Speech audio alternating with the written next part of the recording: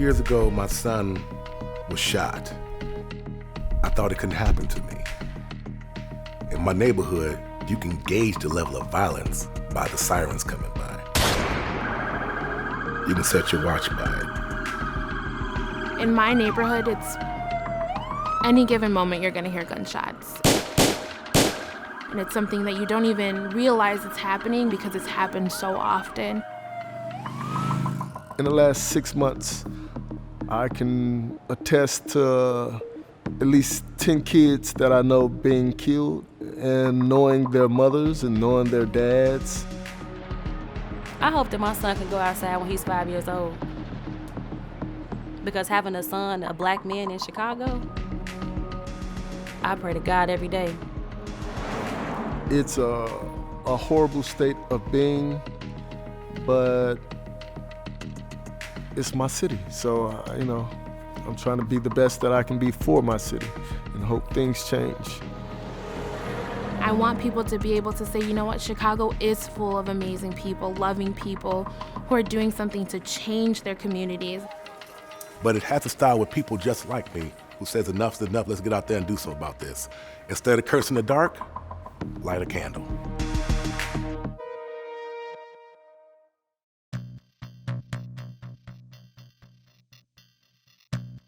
Our employees could abandon their communities. They could walk away and give up, but they choose not to do that. They choose to be the beacons of hope in those neighborhoods, and we owe it to them to support that. I'm John Donovan. Nice to meet you. I came with a small team to Chicago. Finally get to meet you in the flesh, huh? And you started really by listening. Do you have an organization that does that, or how you do it? This is all grassroots, man. Just like-minded people coming together and saying, you know what, we gotta do something about this. I am so proud of No one's ever come to anything in my neighborhood and said, what can we do to make it better? Coming to the hood is fantastic, but what I really appreciate is it's not being we sat up in this boardroom and drew up this agenda without trying to include those that are there. And for the first time in my life, I feel like people do care. I'm an urban kid. I grew up in Pittsburgh.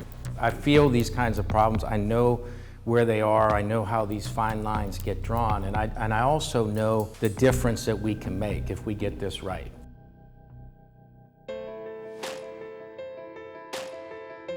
We're very focused on bringing our reskilling platform to the community and seeing what we can do to train the next generation of workers in a way that perhaps we haven't done before outside of the company.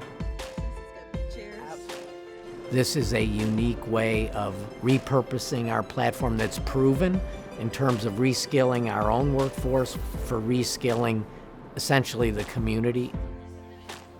Teaching them skills, teaching them a trade. Like, you can learn to code. That could be your future. You could learn how to do cybersecurity. That could be a career for you.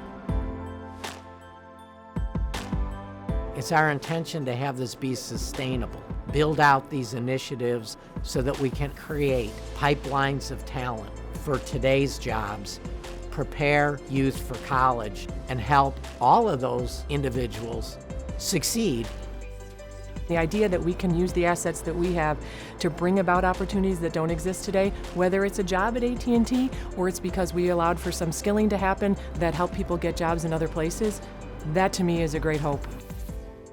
It's really my hope that we can learn here and make this a model for other urban areas where we can serve as a light to other people in figuring out the right way to do things. I think that this project is something that is going to help Chicago substantially. It can help my future, my kids' future. This is something that can change the world. We're changing the game with community partners and employees to create opportunity and hope in neighborhoods. What it is that I see is the community coming back to life. You people were already doing the right things. We didn't need to go and convince anybody of anything. The Believe Chicago, the belief was always here.